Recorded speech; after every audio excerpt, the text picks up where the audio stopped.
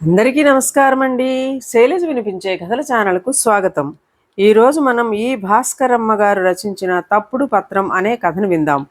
ఈ కథ ఆగస్టు 2011 చందమామలో ప్రచురింపబడింది. యశస్కరుడు కాశ్మీర దేశాన్ని పరిపాలించే కాలంలో మాటల మాయ వల్ల కష్టపడి సంపాదించుకున్న ధనాన్ని కాజేసిన వాని కథను చదివి ఉన్నాం కదా. మరొకప్పుడు ఒక రోజున న్యాయశాఖకు సంబంధించిన ఉద్యోగులు వచ్చి, ప్రభు, ఒక బ్రాహ్మణుడు మన దివాణంలో ప్రాయోపవేశం చేస్తున్నాడు అని చెప్పారు. తక్షణమే రాజు ఆ బ్రాహ్మణుణ్ణి పిలిపించి, నీ ఫిర్యాదు ఏమిటి అని అడిగాడు. ఇందుకు ఆ బ్రాహ్మణుడు ఇలా సంజాయిషీ చెప్పుకున్నాడు. కాశ్మీర దేశ ముఖ్య పట్టణమైన శ్రీనగరపు శ్రీమంతులలో నేనొకడను. అయితే కాలం మారింది, స్థితిగతులు మారినాయి, ఆస్తులు తరిగిపోయినాయి, అప్పులు చుట్టుకున్నాయి. ఇల్లు వాకిలి తోట దొడ్డి అన్నీ అమ్మేసి బ్రతుకు తెరువు కోసం ఎక్కడికన్నా పోదామని నిశ్చయించుకున్నాను. ఆ ఊరిలోనే ఒక వర్తకుడు నా ఆస్తినంతటిని కొనుక్కున్నాడు. అయితే తోటలో ఉండే ఒక దిగుడు బావి మాత్రం అమ్మివేయకుండా నా భార్య కోసమని అట్టే పెట్టాను. ఎండాకాలంలో తోటమాలీలు ఈ బావిలో నీళ్లే తోడిపోసుకుని పూల మొక్కలు తడుపుకుంటారు. ఇలా వాళ్ళు బావి నీళ్లు వాడుకున్నందుకు ఏటా శిస్తు రూపకంగా కొంత ప్రతిఫలం చెల్లిస్తూ ఉంటారు. ఇలా వచ్చే ఆదాయంతో నా భార్యకు సుఖంగా భుక్తి గడిచిపోతుందనే ఉద్దేశంతోనే బావిని కేటాయించి అట్టే పెట్టింది. నా భార్య భుక్తి విషయంలో ఇటువంటి ఏర్పాటు చేశాను అనే తృప్తితో వెనక దిగులు ఏమీ పెట్టుకోకుండా దేశాంతరం వెళ్ళిపోయాను. 20 ఏళ్ల తర్వాత కొంత సంపాదనతో మళ్ళీ దేశానికి తిరిగి వచ్చాను. తిరిగి వచ్చి చూసేసరికి నా భార్య ఎవరింట్లోనో చాకరీ చేసుకుని పొట్టపోసుకుంటున్నట్టు తెలియవచ్చింది. ఈ మాట తెలియగానే నాకు కోపమూ వచ్చింది, దుఃఖమూ పొరలి వచ్చింది. వెంటనే నా భార్యను పిలిపించి, నీ భుక్తికి తగిన ఏర్పాటు నేను చేసే వెళ్ళాను కదా, ఇప్పుడు గతి పెట్టడం ఎందుచేత అని అడిగాను. అందుకు ఆమె, మీరు దేశాంతరం వెళ్ళాక నేను ఆ దిగుడు బావి దగ్గరకు వెళ్ళాను. వెళ్ళేసరికి మన ఇల్లు కొన్న వర్తకుడు నన్ను నానా మాటలు అని చావుగొట్టి బయటకు సాగనంపాడు. ఆడదాన్ని ఏం చేయగలను అంటూ తన గోడు వలపోసుకున్నది. వెంటనే న్యాయాధిపతులకు వెళ్ళి ప్రాయోపవేశం చేసి, దుష్టుడైన ఆ వర్తకుడు నా నూతిని అన్యాయంగా వశపరుచుకున్నాడు అని ఫిర్యాదు చేశాను. అంతా విని ఉద్యోగులు వర్తకునిదే న్యాయమని తీర్పు చెప్పారు. అందుచేత నా నూతి మీద నాకున్న అధికారం నేను వదులుకోవలసి వచ్చింది.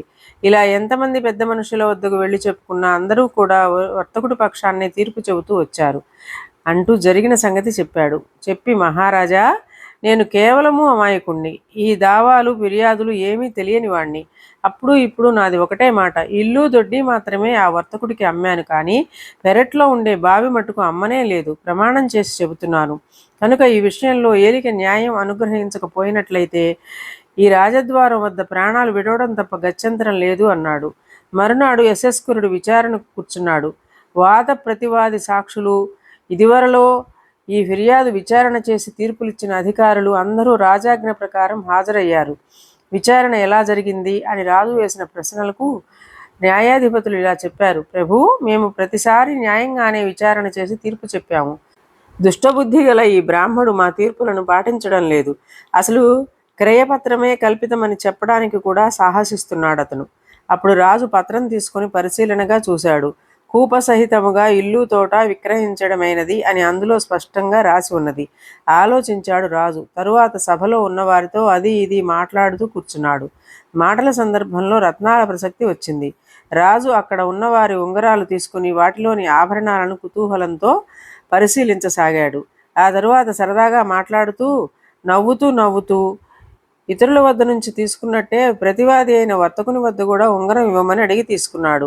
అలా యువతలికి వచ్చేసిన యశస్కరుడు ఆ ఉంగరాన్ని భటుని చేతికిచ్చి, ఈ ఉంగరం తీసుకుని నువ్వు వర్తకుని ఇంటికి వెళ్ళు, వర్తకుని గుమస్తాన్ని కలుసుకో, ఈ ఉంగరం ఆనవాలు చూపించి, ఇదిగో ఫలానా సంవత్సరపు జమా ఖర్చుల చిట్టా కావాలని అడిగి పట్టుకురా అని చెప్పి పంపాడు.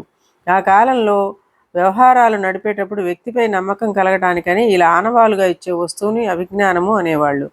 రాజుగారి భటుడు వర్తకుని ఇంటికి వెళ్ళి అభిజ్ఞానం గుమస్తాకు ఇచ్చి చిట్టా పుస్తకం ఇమ్మని అడిగాడు. దాన్ని చూసిన తరువాత గుమస్తా ఏ విధంగానూ సందేహపడడానికి అవకాశం లేకపోయింది. అతడు ఆ ఉంగరాన్ని దగ్గర ఉంచుకుని భటుడికి కావలసిన చిట్టా ఇచ్చి పంపించాడు. చిట్టా రాగానే యశస్కరుడు జాగ్రత్తగా చూశాడు. పద్దుల మధ్యని ఒకచోట ఆ క్రయ దస్తావేజు రాసిన లేఖరికి 1000 రూపాయలు ఇచ్చినట్టు కనిపించింది. పత్రం రాసిన లేఖరికి ఇంత సొమ్ము ఇవ్వటం అనేది రాజుకు విడ్డూరంగా తోచింది. వర్తకుడు ఇలా చేయడానికి కారణం ఏమై ఉంటుంది అని కొంచెం నిదానంతో యోచించాడు. ఈ క్రయ విక్రయం వ్యవహారంలో దాగి ఉన్న కిటుకు రాజుకు బోధపడింది. తక్షణమే రాజు దర్బారులోని అందరికీ చిట్టా చూపించాడు. పత్రం రాసిన లేఖరిని పిలిపించి ప్రశ్నించాడు. మహాప్రభు, అపరాధం మన్నించాలి. నేను వర్తకుని వద్ద నుంచి 1000 రూపాయలు తీసుకున్న మాట వాస్తవం. తీసుకొని కూప రహితముగా అన్న మాటను కూప సహితముగా అని దిద్ది మార్చి రాసిన మాట నిజమే. ప్రభువులు దయామయులు, క్షమించాలి అంటూ పాదాల మీద పడ్డాడు. వర్తకుని మోసం రుజువైంది. లోగడ తీర్పులిచ్చిన న్యాయాధిపతులందరూ తెల్లబోయారు. పట్టుబడిన లేఖరిని రాజు క్షమించి వదిలాడు. వర్తకుడు కొన్న ఇల్లు పెరడు అంతా వాది అయిన బ్రాహ్మడికి ఇప్పించి వేసి అపరాధి అయిన వర్తకుడిని రాజ్యంలో నుంచి వెళ్ళగొట్టించాడు. ఇదండి కథ. ఈ కథ మీకు నచ్చినట్లయితే లైక్ చేయండి, షేర్ చేయండి, కామెంట్ చేయండి, సబ్స్క్రైబ్ చేసుకొని నన్ను ఎంకరేజ్ చేయండి. నమస్కారం అండి.